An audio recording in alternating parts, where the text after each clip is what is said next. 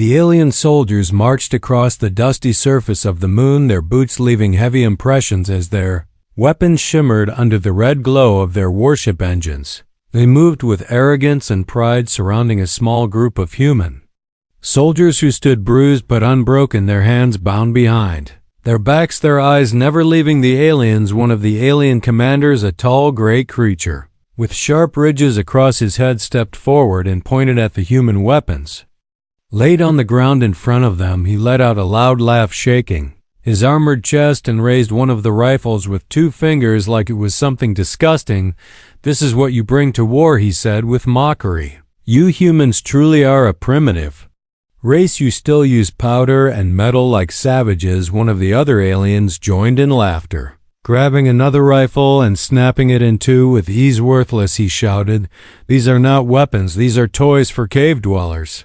The humans said nothing, but one of them, a tall, broad man with a scar across his cheek, kept his eyes locked on the mocking commander. His name was Cole, the leader of the human squad, and though his lips remained tight, his stare burned with something far deeper than anger.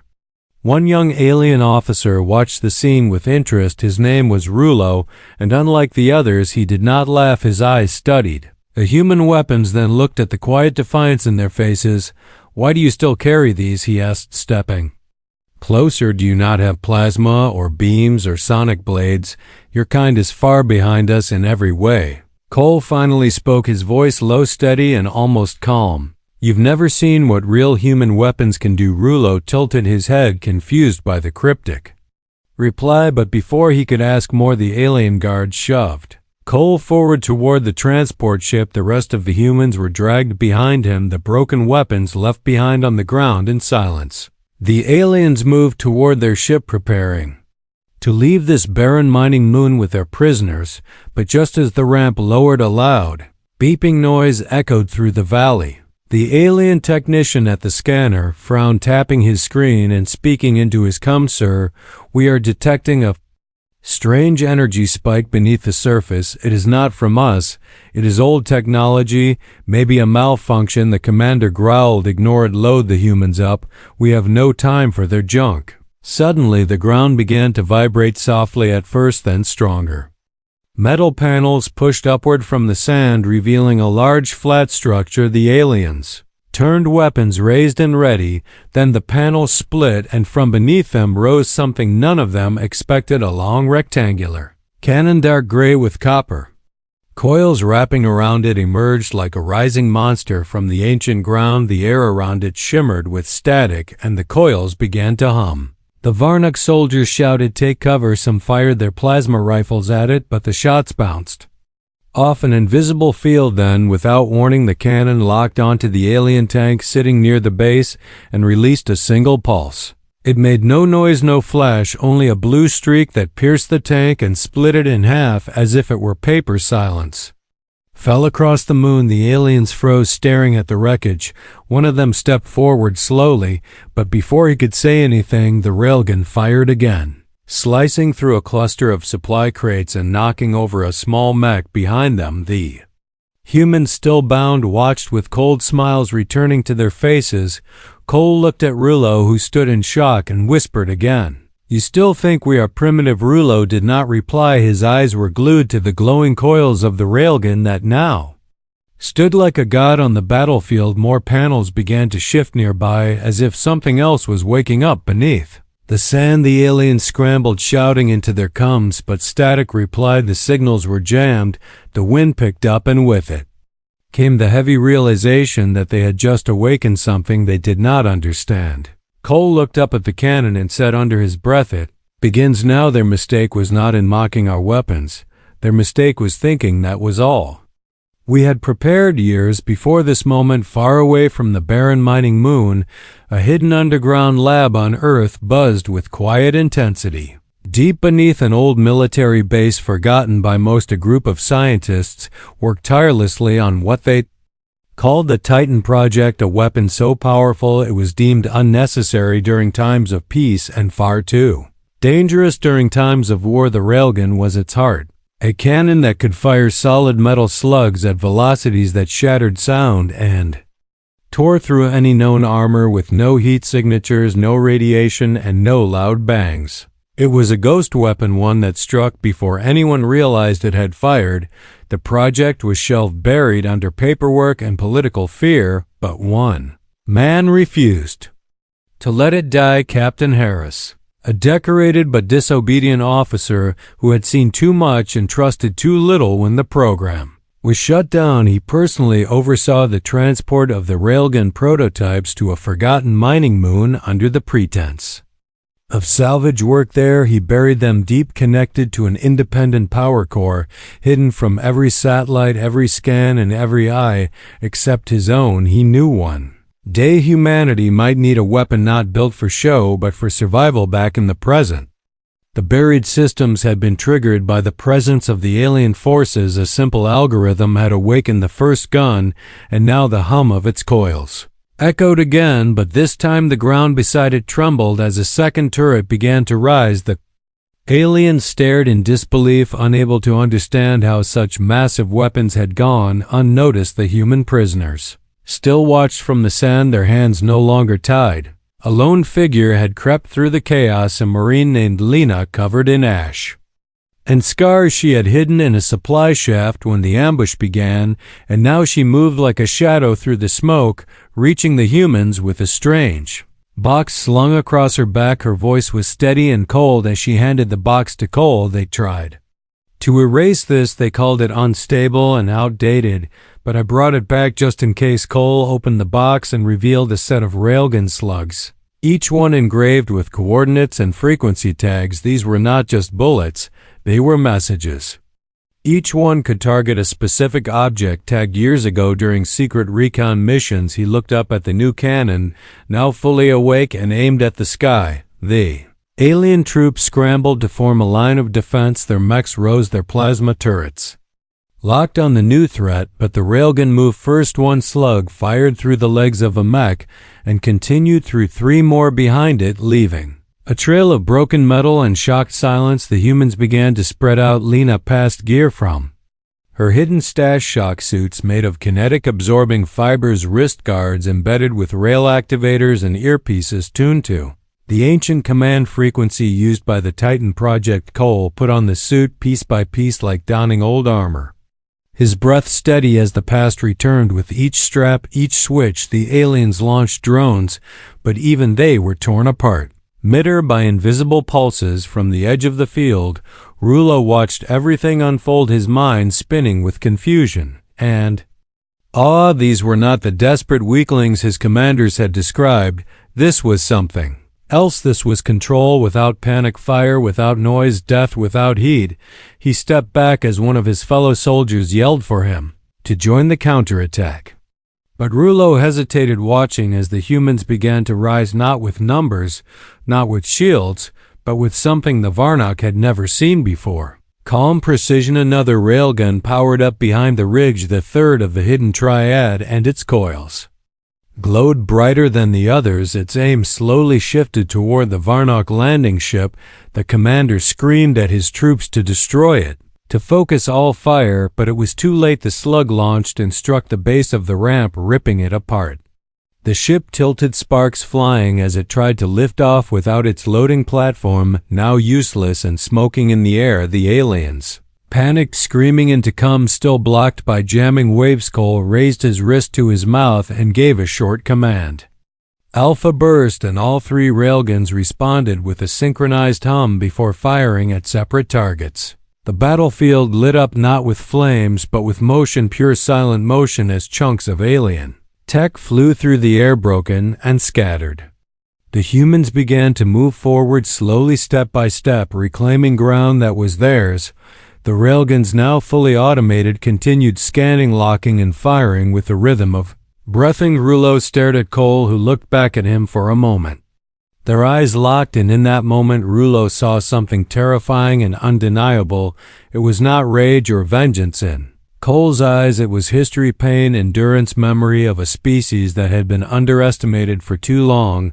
The moon echoed with that Silent hum again as the wind picked up and carried the dust across fallen metal, and broken pride smoke filled the air, and the scent of melted metal drifted across the ruined valley. The once confident Varnock soldiers now crawled behind shattered wreckage, their gleaming armor scorched, their weapons scattered. Some screamed orders. Others begged for extraction, but no one came. The comms were silent, the sky was empty, and the only sound was the haunting electric hum of the railguns still scanning.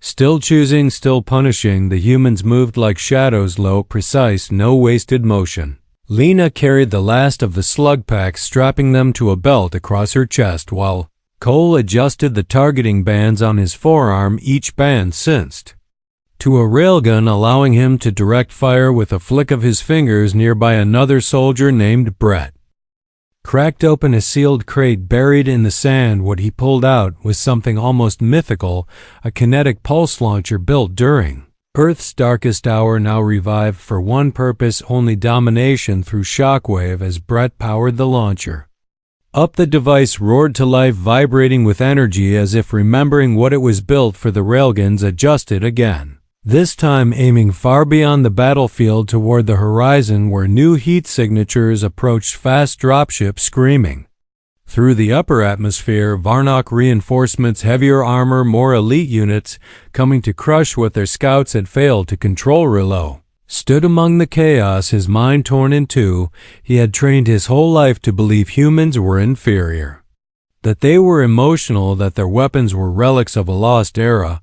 But now all he saw was control, intelligence, and terrifying efficiency. Cole looked at him not with hatred, but with something worse, pity, as if Rouleau was a child still believing in bedtime stories. The railguns fired again, twin slugs crossing midair like ancient swords, slicing through a descending dropship before it could even deploy its landing gear. The ship exploded, midair debris raining down on the valley below. Screams filled the comms. The alien elite unit scrambled to find cover, but the humans had already moved. Cole gave no grand speech, no orders, only a gesture, and the team split into 3 squads, flanking both sides of the valley, moving up with the railguns at their backs. One squad reached the cliff face and activated a hidden mechanism embedded in the rocks years ago by Harris himself. Massive doors groaned open, revealing a narrow path lit by blue strips leading to what looked like an old mining elevator. The humans filed in no hesitation, while above them a new kind of weapon powered up, magnetic grenades, shaped like cones thrown by hand and guided by pulse beacons. Once thrown, they spun in the air and stuck to anything metal, releasing bursts of focused EMP that fried systems without harming organics. Brett tossed 3 into the battlefield, and within seconds 2 alien walkers shut down, collapsing into heaps of dead tech. Alien commander roared orders to fight back, demanding his troops crush the human resistance and reclaim the moon. He fired his plasma blade into the railgun housing, but it bounced off the surface, leaving only a small scorch mark. The humans emerged from the cliffs wearing full shock suits, now enhanced with feedback loops that turned enemy impacts into fuel for strength.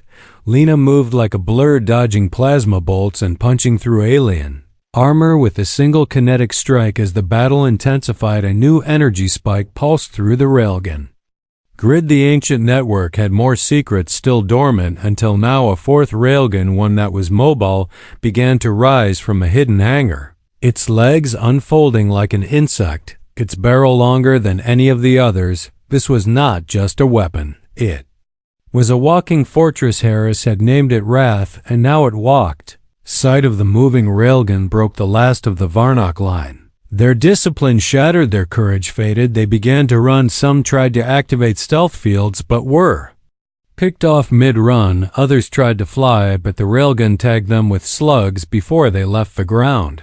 Rouleau dropped his weapon and stared up at the sky, at the fire and dust in silence, and wondered how many times his kind had laughed at humanity, and how many more would pay for it. Cole raised his arm, signaling the advance to pause. The humans stopped, weapons at ready, breaths steady, their eyes scanning the remains. Rouleau stepped forward, unarmed hands, raised eyes full of questions, not answers. Cole stepped toward him, the air between them heavy with unspoken truth.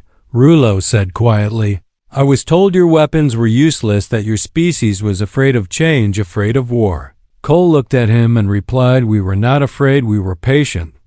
Battlefield grew quiet, only the low hum of rail coils vibrated through the scorched valley as the mobile railgun, Wrath, locked its legs and pointed its long barrel toward the horizon. Humans stood across the jagged rocks, their armor reflecting the fading red light of the alien warship above them, and for the first time in hours, there was no fire, no screams, only breath and wind and realization. Cole stood still, his eyes locked with Rouleau, who held his hands up, not in surrender but in awakening. Behind them, the human squad, rearmed, using what was left of the Titan cache, more magnetic grenades, more rail slugs and power cells once thought to be obsolete, suddenly became the key to survival. Brett climbed atop a rock and spotted movement near the wreckage of the alien command ship. He raised a scanner and read high plasma heat. A large force was gathering behind the hill line. Cole said nothing. He simply turned to Lena and gestured toward the back of the ruins. She nodded and disappeared into the shadows, carrying two slugs marked with red bands, the kind used only for core breach missions. Inside the wreckage of the mining station, they had found more than weapons. They had found the logs of Captain Harris, encrypted but still intact. It revealed the full layout of the moon, the tunnels beneath the base, and more importantly, the final piece of the Titan protocol. It was called the Echo Core, a miniaturized rail pulse bomb designed not to kill, but to cancel technology across a 2-kilometer radius. It had never been used, never tested, because it erased everything: drone suits, comms, shields, and weapons, all gone in seconds. And Cole now held its ignition key in his hand, a flat black chip no bigger than his thumb. He stared at it, knowing what it meant. The aliens regrouped across the valley, dozens of them, elite Varnock enforcers walking in tight formations. Guided by aerial drones and scanners, they had recovered a few mechs still working, limping forward with cracked limbs and melted panels. The alien commander, who had laughed at human rifles, now barked orders with rage, not confidence. His pride had turned to fury, and he wanted revenge, but revenge does not win against patience. Cole called Rouleau forward, pointing to the tin elevation map on his arm. He tapped 3 points, then handed Rouleau a small rail tag. The young alien stared at it, unsure. Cole said, "Mark their fuel lines, you know where they keep the reserves." Rouleau hesitated, then took the tag and ran toward the wreckage, his movements clumsy but fast. Inside the cliff station, Lena placed the red band slugs into a handheld launcher normally used for mining but retrofitted by Harris long ago. The weapon made no noise, just a small pulse of magnetic release. Then red slug was airborne, flying low, hugging the terrain until it embedded itself near the base of the alien reserve tanks. Wrath adjusted its stance, its coils glowing brighter than before. Brett activated the uplink and connected his suit to the cannon. Targeting feed across the helmet. HUD red dots appeared, one for every mech, drone, and foot soldier. They could scan each one, slowly pulsing, waiting for the command, and then the clouds above began to part. Alien mothership had returned, its underbelly lit with thrusters and docking bays. A booming voice echoed from its speakers, demanding surrender, threatening extermination. Cole stared at it, then pressed a button on his suit, transmitting an ancient earth tone, one used before voice comms were standard, and every human soldier on the field heard it. It was a tone of war. Suddenly, the railguns roared. Wrath launched a slug directly at the ship's central engine, striking with such force the entire sky lit up with electrical arcs. Drones fell from the sky systems, blinked and scrambled. The enemy ranks screamed as EMP burst through the battlefield. Their weapons shorted, their visors went black, their formations collapsed. Brett and Lena moved in from opposite sides, their suits charging with kinetic rebound. Each strike they gave reflected back double the force they received, punching through armor and smashing mech joints. Cole remained near the Echo Core, waiting, watching, timing. Then the rail slug under the reserve tank triggered. With a light tap, the explosion was not fiery. It was magnetic, a shock wave that flung metal like leaves, scattering debris across the rocks and knocking Varnak's soldiers fled. The alien commander roared, stumbling to his feet, his armor cracked, his blade. Sputtering, Cole stepped forward, railtag in hand, placed it on a broken beam, and activated the Echo Korea. Pulse invisible but loud, and the bones spread in all directions. Weapons shut down, lights blinked off, the railguns fell quiet. The battlefield went dead silent for the first time since it began, and in that silence, humanity stood alone, unarmed, unshielded, but unbroken. Alien commander raised his eyes in confusion as he saw Cole still standing calm, steady, undefeated. The battlefield was frozen not by fear but by silence. The railgun stood cold, the sky dimmed with smoke and dust. Every device, every scanner, every energy blade now useless, shut down by the blast of the Echo Core. Sparks flickered from broken helmets, plasma coils glowed. Faint, then faded to black. The alien forces, once roaring with fire, now stood lost in the ruins of their own pride. The humans stood in position, unmoving, untouched by panic. Their suits drained, their weapons dead, but their spirit was rising stronger. With each breath, Cole looked across the open space, where the alien commander now walked alone, dragging his cracked blade behind him, each step heavy and slow. His armor hung in pieces. His eyes burning with disbelief, Cole walked to meet him, wearing no helmet, no shield, no weapon, only a stare that did not blink. The alien growled low, his voice more pain than fury. "You cheated," he said through gritted teeth. "You humans cannot fight without tricks. You do not honor the battlefield," Cole replied without raising his voice. "We honor survival." From the cliffs, Lena watched through binoculars, sweat on her brow, her suit crackling with shorted circuits. Brett knelt beside her, clutching his side, blood running down from a shard of alien armor. He had taken a hit, saving one of the younger soldiers who now guarded the ridge, his rifle now a blunt pipe of metal no longer glowing down. Below, the alien troops began to murmur their formation, loose, their hands trembling. Some dropped their weapons, not by choice but by confusion. Without their machines, without their codes, they were only flesh and fear. And they had never trained for this. Cole stood within arm's reach of the commander. The broken blade pointed at his chest. Still the human did not flinch. He said, "This battle is not over by steel or fire, it ends by choice. You can kneel and live or strike and fall." The alien shouted and raised his weapon for a final swing, but before the blade fell, a burst of gravel struck the ground beside him, not from a weapon but from a stone thrown from the ridge. Rouleau had returned, his hands dirty, his armor torn, but his eyes filled with purpose. He shouted enough, his voice cracked, but loud enough for all to hear. The soldiers turned to him, stunned, as he walked forward past his own kind, past the broken machines and toward the human lines. He spoke loudly to both sides. "We mocked their fire, we laughed at their tools. We thought them weak because they spoke of patience and not power. But I have seen power not in heat or lasers or codes, but in will." He turned to the commander, his voice shaking but firm. "I will not fight them.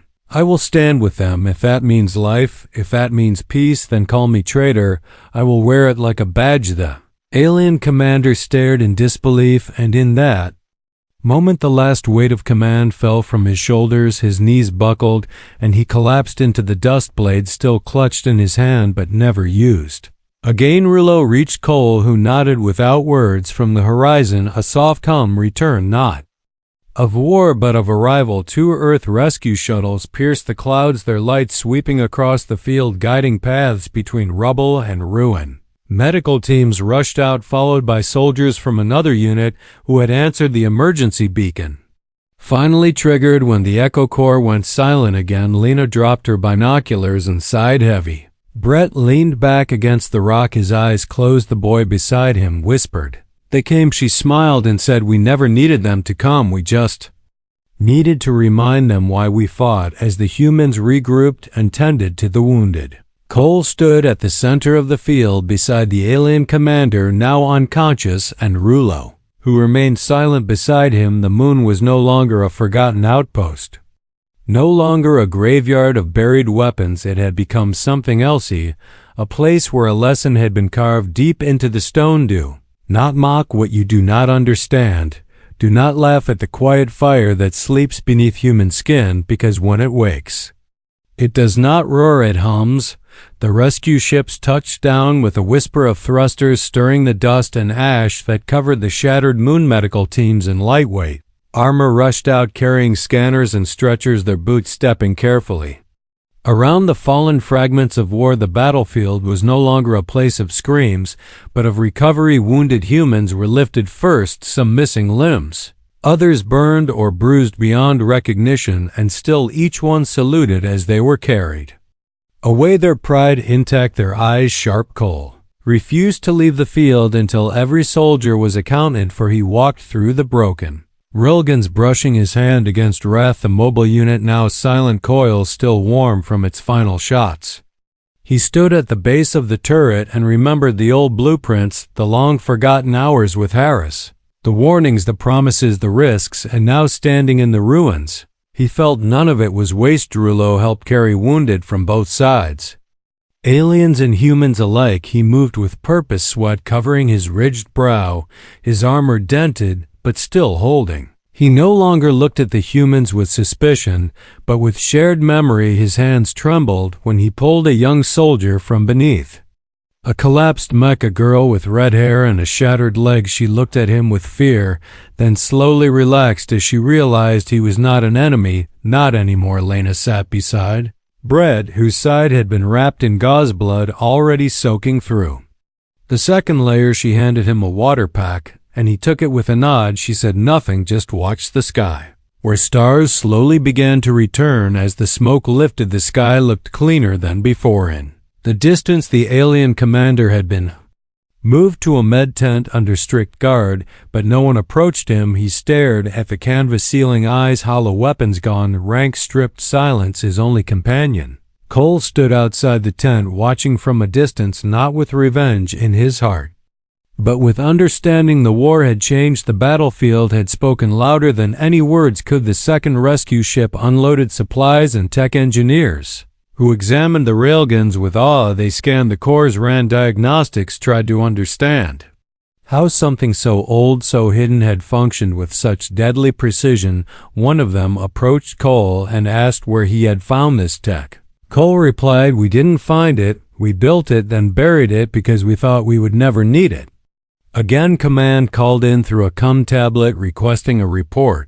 Cole stepped away from the noise, stood near a rock, and gave his full recount. No embellishment, no drama, just facts. A failed ambush, a hidden arsenal, a battlefield turned graveyard, and a choice made by an alien who saw truth before it was too late. Back on the field, Rouleau stood alone near the center, where the final pulse of the echo core had left a ring of cracked stone and scorched metal. He dropped to one knee, not in submission, but in reflection. He had seen his people's pride reduced to rubble, not by cruelty, but by the refusal to listen.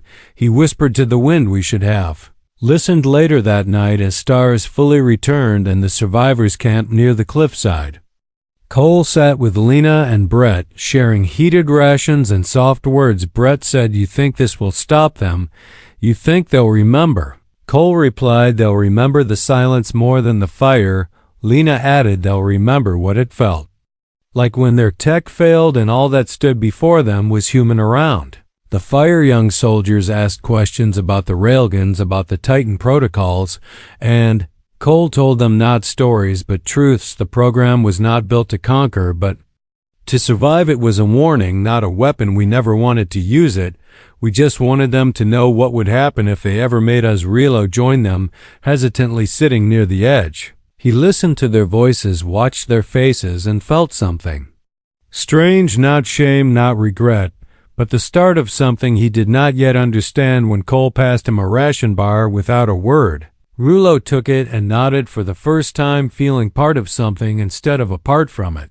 The moon would not be the same. It would be remembered as the place where laughter died, where old metal rose, where pride fell, and where unity began, not through treaties or peace talks, but through shared blood, through earned respect, through the hum of a weapon that did not need to scream. Cole looked up at the stars, thinking of Harris, of those who had fallen, of Earth, waiting for them, of the future still uncertain. And then he smiled, not with joy, but with knowing. The morning came without sirens, without the crackle of hums or the hum of rail coils, just soft wind blowing over quiet metal and dry stone. The moon felt still, like it had been holding its breath, and finally began to exhale. Humans and aliens moved slowly across the field, some searching for salvage, others for answers. The railgun stood silent, their purpose fulfilled, their presence now a memory that lived not in sound but in fear and awe. Cole stood atop the ridge, looking down at what was once a battlefield. Now it resembled a graveyard of old mistakes, broken pride, and new beginnings. Behind him, Lena approached with a datapad. Messages from Earth, congratulations, praise requests for interviews, a medal offer from command, but he barely glanced at it. His eyes remained locked on the horizon where peace had started, not with words but with silence. Alien commander had been taken to the lower camp, placed under watch, but no longer treated as a prisoner. His armor was gone, his blade broken, and now he sat drawing lines in the dust with one finger, not as a warrior, but as a man trying to understand how everything he believed could crumble so quickly. Rouleau sat nearby, speaking softly of what he had learned, of what he had seen, of how firepower had not just destroyed machines, but ideas. Lena and Brett helped pack the last of the human gear into the rescue ships. What remained of the Titan protocol was stored not as active weaponry, but as sealed evidence to be studied, not for use, but for warning. The engineers begged to keep a railgun coil for testing. Cole refused. They are not tools, he said, they are messages. The human squad gathered near the cliff where they had made their stand. Wounded soldiers stood shoulder to shoulder with those who had walked out without a scratch. Each one had seen something unforgettable, something that would follow them back to Earth and shape every word they spoke. When asked what happened on that moon, Cole looked at each of them one by one and said, "We buried our fear and dug up our strength. They thought we were relics, but we showed them we are roots, and roots hold everything."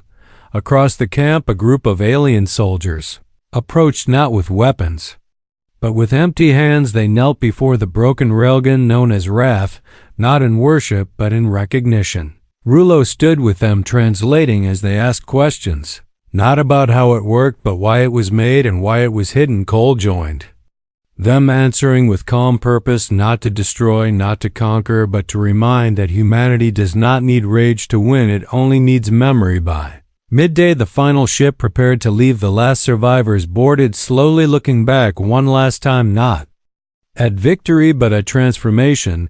Lena sat beside Brett, who now moved with a cane, his injury healing slowly, but his grin returning fast. He looked out the window and said, "You think they'll ever try that again?" Lena replied, "Only if they forget." The sound of silence. Rouleau stepped aboard the human ship, escorted by Cole, granted passage, not as a prisoner, not even as an ally, but as a student. He would speak before both races and tell the story not of defeat, but of awakening, not of fear, but of realization. And the humans let him, because truth spoken by the changed carries more weight than truth spoken by the victor. Ship engines flared, the moon below growing smaller as they rose through the thin blue haze. A message was broadcast to the nearby sectors on all open frequencies, a single sentence encoded in every known language: "Do not mistake silence for weakness." Words echoed across the stars, reaching ships and stations, empires and traders, diplomats and warriors alike, and though many laughed, some paused and remembered the stories of a railgun that hummed, of a battlefield that never burned but changed everything, of a people who once buried their weapons not out of shame but out of restraint, and of a moment when the galaxy learned that what they called primitive was something far older and far more dangerous. Humanity. The stars stretched endlessly across the black canvas of space, blinking cold and distant as the human vessel drifted away from the quiet moon. Below, inside the ship, silence held the crew like a blanket, soft but heavy. Each breath drawn was one of reflection, not relief. The battlefield was gone, but its memory clung to them, not in the steel of their armor, but in the shift of their eyes, the way they looked at one another, at themselves, at the future. Cole stood at the observation deck, arms crossed, his suit half unzipped, eyes fixed on the dark marble spinning below. He had led many missions, seen many things, but nothing settled inside His chest like this, not victory, not triumph. Just a heavy understanding that something had ended and something else had begun. He did not need parades or ribbons. The hum of the railgun still rang in his bones, a soundless reminder of the cost of patience. Behind him, Rouleau approached, quiet, but not timid. His steps no longer carried the pride of rank or the burden of shame. They were simply steps forward, steps towards something unknown. He joined Cole at the glass and said softly, "They will listen. Now maybe not all at once, but the seed is planted." Cole nodded slowly. "They will listen, or they will hear the silence again, and this time they will know what it means." In the medbay, Brett joked with a young recruit about scars, calling his limp a tactical swagger. Lena rolled her eyes but smiled quietly, sitting nearby, her gaze wandering not to the stars, but to the datapad in her lap, where she typed a report not for command but for herself. A log of truth, a document that would one day be read by eyes that had not seen war, only stories. As the ship pierced through the final layers of shadow, a message was transmitted across the galaxy, encrypted, then cracked, whispered, then shouted, shared in corridors and command rooms and alien bunkers and trading posts on distant moons and orbiting stations. A simple string of words: primitive is not what they are, it is what you become when you forget to respect what endures. Across the moon, the dust settled. The railguns returned to sleep. Their coils dimmed, their barrels cold, but their presence etched forever into stone and memory. And somewhere buried deep within that moon, a single coil hummed faintly, as if dreaming the end.